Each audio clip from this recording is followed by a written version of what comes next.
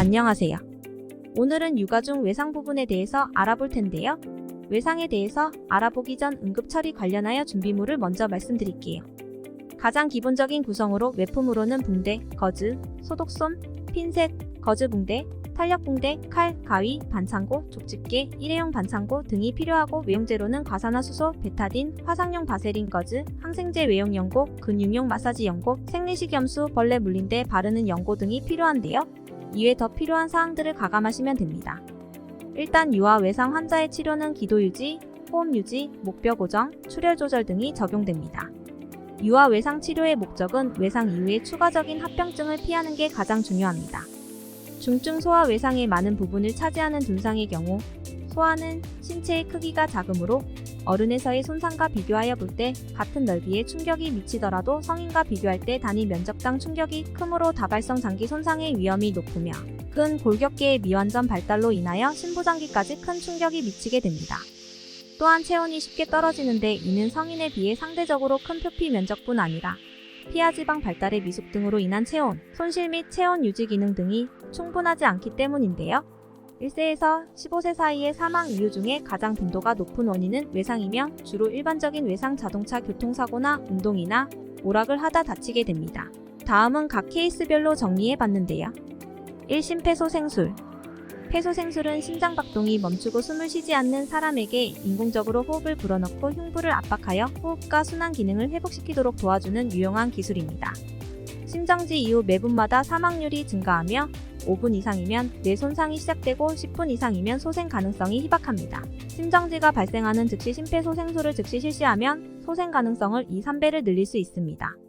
상태 확인 후 기도 개방을 하고 호흡 확인 후 인공호흡 또는 흉부 압박을 해줍니다.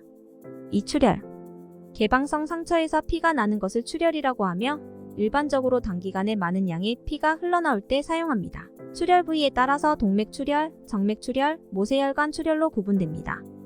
동맥출혈은 가장 심한 출혈로 외적지혈법을 사용해야 합니다. 정맥출혈은 일반적으로 정맥에 잘린 경우는 수축대나 몸 깊은 곳에 정맥이 절단되면 출혈이 많고 지혈이 어려운데요. 모세혈관에서 조금씩 피가 나오며 가장 흔히 볼 수 있는 형태로 지혈이 쉽고 자연적으로 응고하여 멈춘다.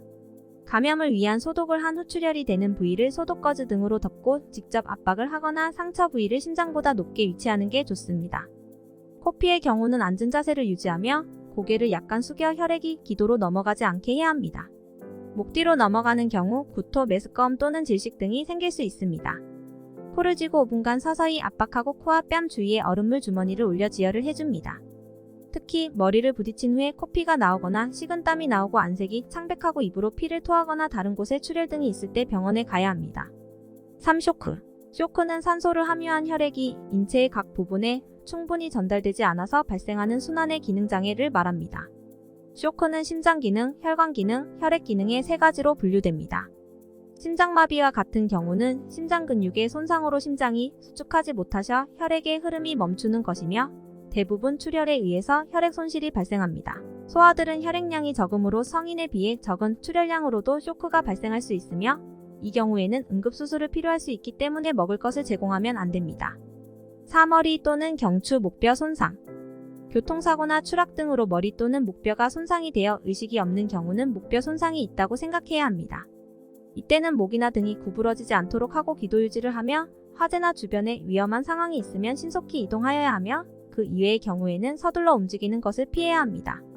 특히 머리 손상인 경우에는 15-20분 내에 정상적으로 보이다 갑자기 혼수 상태로 빠질 수 있으며 응급수술이 필요할 수 있기 때문에 빠른 조치를 해야 합니다. 5. 절단. 손상으로 인한 신체의 정상 조직과 그 일부분이 완전히 분리된 상태를 말합니다. 상처 부위를 직접 압박 또는 압박점을 찾아 지혈하고 실패하는 경우 지혈대를 사용하고 절단된 부위는 생리식염수로 적신거즈에 감싼 후 비닐봉지에 담아 차가운 얼음물을 띄어 조직의 괴사를 발생하지 않도록 합니다. 6. 화상. 화상은 뜨거운 물질 또는 마찰 등으로 인해 신체 조직이 손상된 상태를 말합니다. 화상 환자가 발생한 경우 안전한 곳으로 옮긴 후 화상 부위의 옷, 반지, 팔찌 등을 제거하며 이때 불에 탄 옷이 피부에 붙어 있으면 억지로 옷을 떼지 말고 잘라서 제거해야 합니다. 찬물에 적신 물수건으로 30분 이상 식혀줍니다. 심한 화상인 경우 즉시 병원 이송이 가능하다면 깨끗한 천으로 덮고 바로 이동해야 합니다. 옛날 민간요법으로 잘못 알고 있는 된장, 기름, 소주 등을 바르는 것은 감염의 위험성이 높습니다. 특히 물집은 터트리지 않으며 화학물질에 화상을 입은 경우 상처 부위를 낫게 하고 물로 계속 세척하는 게 좋습니다. 칠골절. 폐쇄성 골절은 피부가 손상되지 않고 골절 부위 근처에 상처가 없는 것인데요. 개방성 골절은 뼈가 피부 밖으로 빠져나오거나 골절 시 피부에 가해진 직접적인 충격으로 상처가 있으며 소화액에 많은 출혈을 일으킬 수 있어 신속한 처치가 필요합니다. 다친 부위를 고려해서 소화액에 적당한 크기의 부목을 대어 주어야 합니다. 부목은 골절 부위의 근육, 신경, 혈관의 손상과 폐쇄성 골절이 개방성 골절로 이행되는 것을 방지하며 혈관이 압박되어 혈액순환이 차단되는 것과 과도한 출혈을 방지하는 게 좋습니다. 팔 몸통 부분 손상 추락이나 교통사고로 인한 둔상으로 발생하는 경우에 복통을 호소하는 경우에는 신속하게 병원으로 이동해야 합니다. 특히 구토나 기타 징후를 관찰하고 있어야 합니다. 이렇게 육아 중 생길 수 있는 응급 상황들을 알아봤는데요. 사실 이런 경우가 생기면 안 되겠지만 항상 조심하여 적절한 응급 대처를 할 수 있다면 더 큰 피해를 예방하실 수 있을 겁니다.